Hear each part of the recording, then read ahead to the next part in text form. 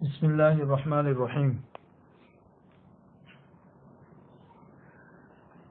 ہمارے سامنے 2-3 دن کے بعد عید الفطر آنے والی ہے، تو عید الفطر سے متعلق کچھ مسائل اور کچھ باتیں آپ لوگوں کے سامنے بتا دوں۔ جیسا حدیث کے اندر آتا ہے کہ حضور اکرم صلی اللہ علیہ وسلم ارشاد فرماتے ہیں کہ میری امت کو اللہ تبارک و تعالیٰ نے خاص رمضان کے سلسلے میں 5 چیزیں ایسی دی ہے جو اس سے پہلی امتوں کو نہیں دی گئی۔ ان 5 چیزوں میں سے ایک چیز یہ بھی ہے کہ جب اس رمضان کی آخری رات ہوتی ہے تو اس وقت میں سب کی مغفرت کر دی جاتی ہے۔ جس طریقے سے ایک انسان کسی دکان پہ ایک مہینے ملازمت کرتا ہے تو مہینے کے آخر میں اس کو پگار ملتی ہے، تنخواہ ملتی ہے، تو اسی طریقے سے رمضان کے مہینے میں جن لوگوں نے عبادتیں کی، محنتیں کی، تو رمضان کے اخیر میں اللہ تبارک و تعالیٰ کی طرف سے جو معاوضہ ملتا ہے وہ مغفرت ذنوب کی شکل میں ملتا ہے۔ سارے گناہ اللہ تبارک و تعالیٰ معاف کر دیتے ہیں۔ یہ جو آخری رات ہوتی ہے یہ انعام کی رات ہوتی ہے، جس کو لیلۃ الجائزہ کہتے ہیں۔ حدیث کے اندر آتا ہے کہ من احیا لیلتی العیدین لم یمت قلبہ حین تموت القلوب، کہ جو عید کی دونوں راتوں کو زندہ کرتا ہے اور ان راتوں میں عبادت کرتا ہے تو اللہ تبارک و تعالیٰ اس دن اس کے دل کو مردہ نہیں ہونے دیں گے جس دن لوگوں کے دل مردہ ہو چکے ہوں گے۔ تو اس رات میں عبادت کی یہ فضائل ہے، اس لیے یہ جو رات ہے اس رات کی بھی اہمیت ہے اور اس رات کی بھی قدر کرنی چاہیے، عید کی جو رات ہے۔ اس کے بعد آتا ہے عید الفطر کا دن۔ عید الفطر میں کیا کیا چیزیں ہیں، اس میں سے ایک مسئلہ تو ہے اس دن صدقہ فطر ادا کیا جاتا ہے۔ صدقہ فطر سے متعلق جو مسائل ہے وہ آپ لوگوں کے سامنے میں 2-3 دن پہلے بتا چکا ہوں۔ عید الفطر کے اندر دوسرا مسئلہ یہ ہے کہ عید الفطر کے دن روزہ رکھنا حرام ہے۔ عید الفطر کے بعد دوسرے دن سے روزہ رکھ سکتے ہیں، لیکن خاص عید الفطر کے دن روزہ رکھنا حرام ہے۔ دوسرے دن سے لوگ شوال کے 6 روزے رکھتے ہیں۔ اس کے فضائل ہے کہ جو انسان شوال کے 6 روزے رکھتا ہے تو اس کو سال بھر روزے رکھنے کا ثواب ملتا ہے۔ اس طریقے سے کہ رمضان کے مہینے کے اندر روزے رکھے، اس کے بعد شوال کے 6 روزے رکھے، تو یہ حساب ثواب کے اعتبار سے یہ پورے سال روزے رکھنے کے برابر ہو جاتا ہے۔ شوال کے جو 6 روزے ہیں اس میں رمضان کے اگر چھوٹے ہوئے جو قضا روزے ہیں پہلے وہ رکھنے چاہیے، پھر اس کے بعد شوال کے جو 6 روزے ہیں وہ رکھنے چاہیے۔ لیکن اگر پہلے شوال کے 6 روزے رکھ لیے پھر اس کے بعد قضا روزے رکھے تو بھی کوئی حرج نہیں ہے۔ شوال کے جب 6 روزے رکھتے ہیں تو اس میں نیت ایک ہی ہونی چاہیے، یا تو شوال کے 6 روزوں کی ہو یا تو قضا روزوں کی نیت ہو۔ دونوں کی نیتیں ایک ساتھ میں نہیں کرنی چاہیے۔ اگر دونوں نیتیں ایک ساتھ میں کر لی تو قضا روزہ ہی شمار کیا جائے گا، اس لیے کہ وہ طاقتور بھی ہے اور افضل بھی ہے۔ عید الفطر کے دن تیسرا ایک مسئلہ آتا ہے عید کی نماز پڑھنے کا، چونکہ وہ خوشی کا دن ہے اور خوشی کے دن کی ابتدا ہی اللہ تبارک و تعالیٰ کے سامنے نماز پڑھنے سے کرائی جا رہی ہے۔ اس لیے عید الفطر کے دن نماز پڑھنے سے متعلق جو اہم مسائل ہے وہ آپ لوگوں کے سامنے بتا دوں۔ مسئلہ یہ ہے کہ عید الفطر کی نماز کا وقت شروع ہوتا ہے طلوع آفتاب سے تقریباً 15-20 منٹ بعد۔ طلوع آفتاب ہو گیا، اس کے 15-20 منٹ کے بعد سے عید الفطر کی نماز کا وقت شروع ہو جاتا ہے اور رہتا ہے زوال تک۔ زوال کے بعد پھر اس کا وقت ختم ہو جاتا ہے۔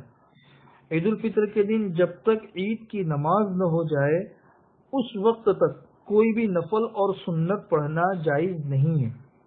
جس طرح کسی کو اشراق پڑھنے کا معمول ہے، اس نے کہا کہ پہلے میں اشراق کی نماز پڑھ لوں پھر اس کے بعد عید کی نماز پڑھیں گے، نہیں، پہلے عید کی نماز پڑھو پھر اس کے بعد آپ کو اشراق چاشت جو بھی پڑھنی ہو وہ آپ پڑھ سکتے ہو، لیکن عید کی نماز سے پہلے کوئی بھی نفل اور سنت نہ پڑھے۔ عید کی نماز اگر کوئی نہیں پڑھ سکا، جیسے ابھی میں آپ لوگوں کو بتاؤں گا، تو عید کی نماز کے لیے وہی شرائط ہے جو جمعہ کی نماز کے لیے۔ جہاں جمعہ کی نماز ہے وہاں عید کی نماز ہے۔ جن شہروں اور قصبات کے اندر جمعہ کی نماز ضروری ہے وہیں پہ عید کی نماز بھی ضروری ہے۔ عید اور جمعہ کی نماز کے لیے یہ ضروری ہے کہ امام کے علاوہ کم سے کم 3 اور مقتدی ہوں، یعنی امام اور مقتدی ملا کر 4 لوگ ہونے چاہیے۔ 4 لوگوں سے کم ہوں گے تو پھر عید کی نماز درست نہیں ہوگی۔ اور عید کی نماز کا بدل تو نہیں ہے، لیکن یہ آتا ہے کہ جو عید کی نماز نہیں پڑھ سکا اور جہاں پہ شرائط پورے نہیں ہو رہے ہیں تو وہاں چاش کی نماز انسان پڑھ لے، چاش کی 2 رکعت پڑھ لے یا 4 رکعت پڑھ لے۔ تو عید کی نماز جو ہے وہ نماز اس طریقے سے پڑھیں گے کہ کم سے کم 4 لوگ یا 4 لوگوں سے زیادہ ہو۔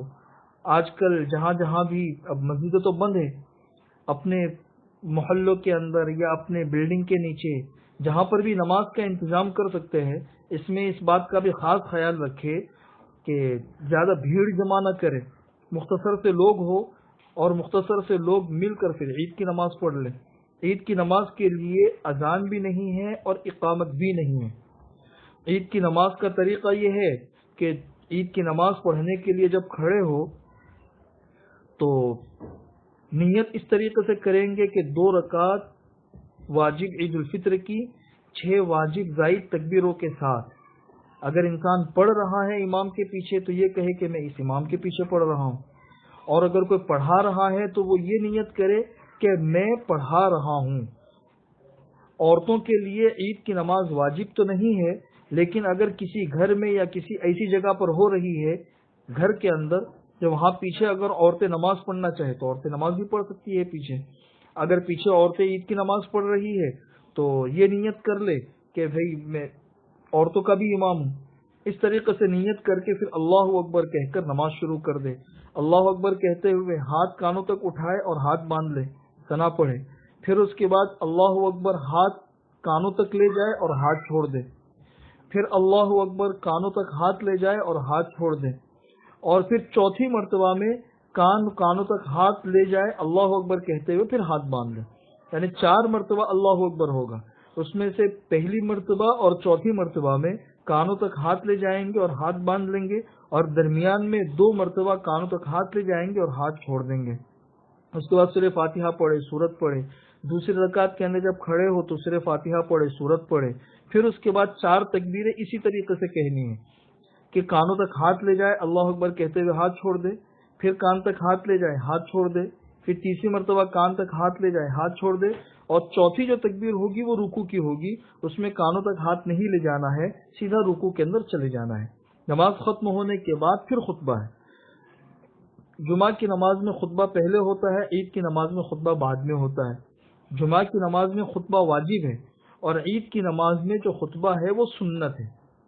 آج کل مختصر سا خطبہ والد صاحب نے بھی گروپوں میں بھجوایا ہے، تو وہ خطبہ سامنے رکھے اور وہ خطبہ پڑھ لے، ہو جائے گی۔ نماز پڑھنے کا طریقہ بھی بھیج دیا جی، نماز پڑھنے کا طریقہ بھی ہے اور خطبہ بھی ہے، تو یہ دونوں چیزیں بھیجی جا چکی ہے، تو اس کے مطابق خطبہ بھی پڑھ سکتے ہیں یہ۔ اور جس کی عید کی نماز کا وقت چلا گیا، زوال کا وقت ہو گیا، اب عید کی نماز چلی گئی، تو اب اس عید کی نماز کی کوئی قضا نہیں ہے۔ بس یہ مختصر سے مسائل تھے، ان مسائل کو سامنے رکھتے ہوئے عید کی نماز پڑھ لیں۔ اللہ تعالی ہم سب کو عمل کرنے کی توفیق نصیب فرمائے۔